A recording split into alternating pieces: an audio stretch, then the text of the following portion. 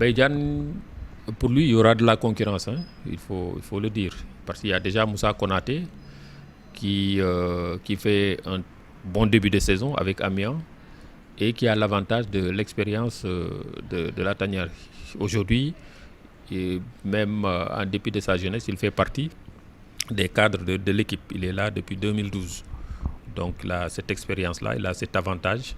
Je crois qu'il aura un avantage sur Mbaye Diagne. Et donc les changements, peut-être, il faut les attendre en défense.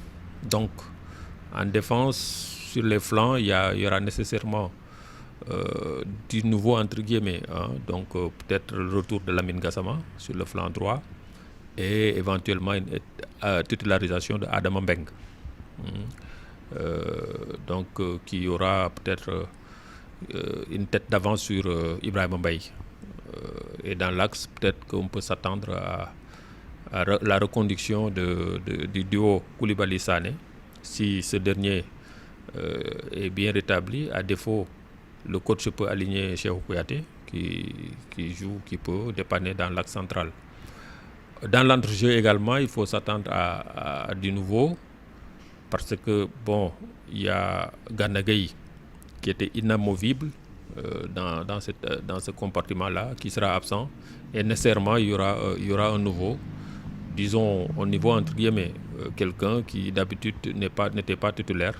Et ça pourrait être Cheikh Ndoye de mon point de vue. Parce que ce sera un match quand même si les Malgaches sont de petits gabarits, ce sera un match physique. Hein, Cheikh Ndoye peut être une solution aux côtés de Cheikhou Kouyaté et de Alfred Ndiaye éventuellement. Donc, bon, devant, vous avez lu record aujourd'hui. Éventuellement, on aura Sadio Konaté et Baldé. Voilà, donc voilà un peu. Et pour les gardiens de but, évidemment, dans record également, on a parlé d'Alfred Gomis. Bon, lui, l'avantage, c'est qu'il joue par rapport à Ablaye Diallo, qui était titulaire avant d'être évincé par Hadim n'étant pas là. Donc on aurait pu s'attendre à ce que Ablaye Diallo revienne, mais lui, il a le désavantage de ne pas jouer avec Rennes. Pour l'autre, c'est un gosse prometteur, Edouard Mendy, mais lui, il a également ce petit désavantage d'être un nouveau et venir pour une première sélection dans un match où il y aura un public 50 000, 60 000 spectateurs à l'extérieur, ce serait assez osé de l'aligner. Hein, donc peut-être qu'on va lui laisser le temps de s'acclimater, de s'adapter un peu.